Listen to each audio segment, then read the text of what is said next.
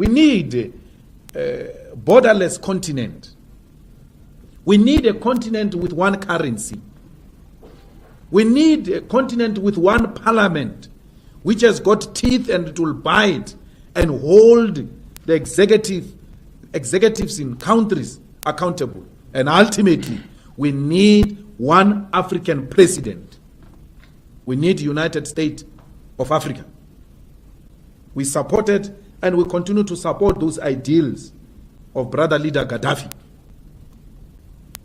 We are following in the footsteps of those leaders. We are not saying they were perfect, some of them, but there are a lot of teachings that come from our leaders in the continent which we can follow because we think they will unite us.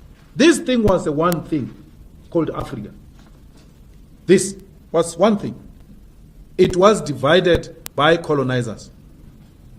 These borders are artificial borders imposed on us by colonizers. Why do you want to behave like you are owning colonizers' properties? These borders are colonizers' properties, they are not ours. Let us go back to African unity. We want one voice, one Africa. We must stop doing away with African hate, which was instilled in us by the colonizers. When you say, hey, there are too many Zimbabweans here, there are too many Nigerians here, hey, you are doing the work of the devil, which is to divide Africans. Be angry with Nigerians and South Africans for doing crimes, Zimbabweans, the same way you are with South Africans who commit crimes. They must be treated the same. It must not be because it's a Nigerian, it's a more crime. If a Nigerian kills a person, that killing is twice. As if the murder by South African is lesser than a Nigerian murder. It's wrong. Crime is crime. Let's deal with it as crime. When it is a white person in South Africa, undocumented, he's called an investor. Not only a white person, including Indians and Chinese. These Guptas didn't have proper papers here. These Guptas didn't have proper papers. No one dared called them Kwerekweres. No one. But if it was my African brothers, we're going to be called Kwerekweres because they don't have papers. Self-hate. It must come to an end. If it means making the EFF lose votes for that, let it lose votes. Lose votes on principle. Not on political expediency of wanting to appeal. This country belongs to Africans in the same way Nigeria belongs to South Africans. Nigeria is South Africa. South Africa is Nigeria. We are Zimbabweans. We need to do away with this nonsensical idea that was imposed on us by colonizers, by Theresa May ancestors, that we must dislike each other. We must do away with that. Theresa May is coming here to make sure that we continue to hate each other. Look at what we are doing now. We are reclaiming our land in South Africa, saying our people must get the land inspired by our brothers in Zimbabwe. Namibia is following. Let the whole of African continent follow and reclaim our land. That's how we are going to gain our independence. And through the ownership of the continental land, we shall then have a true one South Africa. We are unable to unite because we are divided along colonial lines, Francophones and Anglophones. We need to do away with that.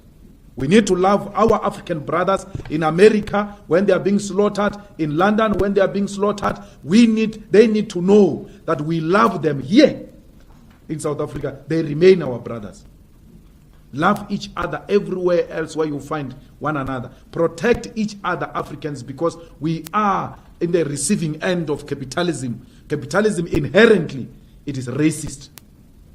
That's why it's targeting blacks everywhere else where blacks are found. So we need to do away with that. We need and Commonwealth is actually one of the institutions that perpetuate African divisions. I mean, we still have judges in Kenya, in Zimbabwe, wearing blonde wigs. What is that? What is that?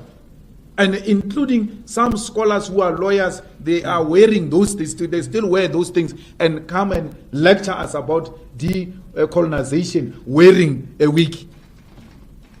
Decolonizing Africa starts with simple things. Starts with doing away with apartheid colonial symbols and colonial way of doing things.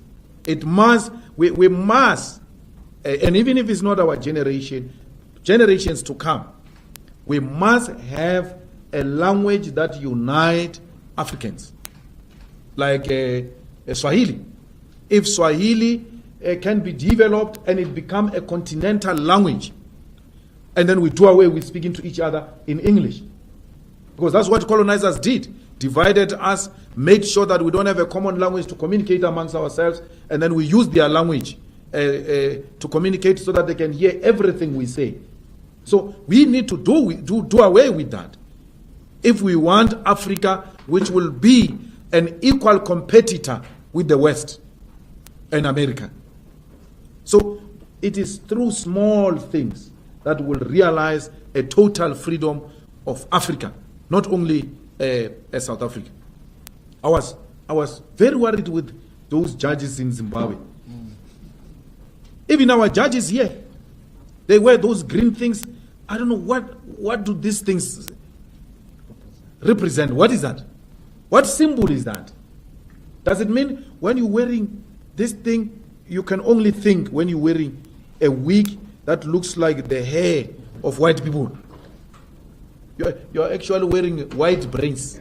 The reason you think properly is that weak, according to colonialism. And then revolutionaries like ZANU-PF allows that to continue in Zimbabwe. They allow that to continue in Kenya. Well, Kenya, of course, is something different. I don't think there is a total independence there. America has got a huge interest in that affair, in that arrangement of Kenya. But everywhere else in the continent, we need to start doing away with those things.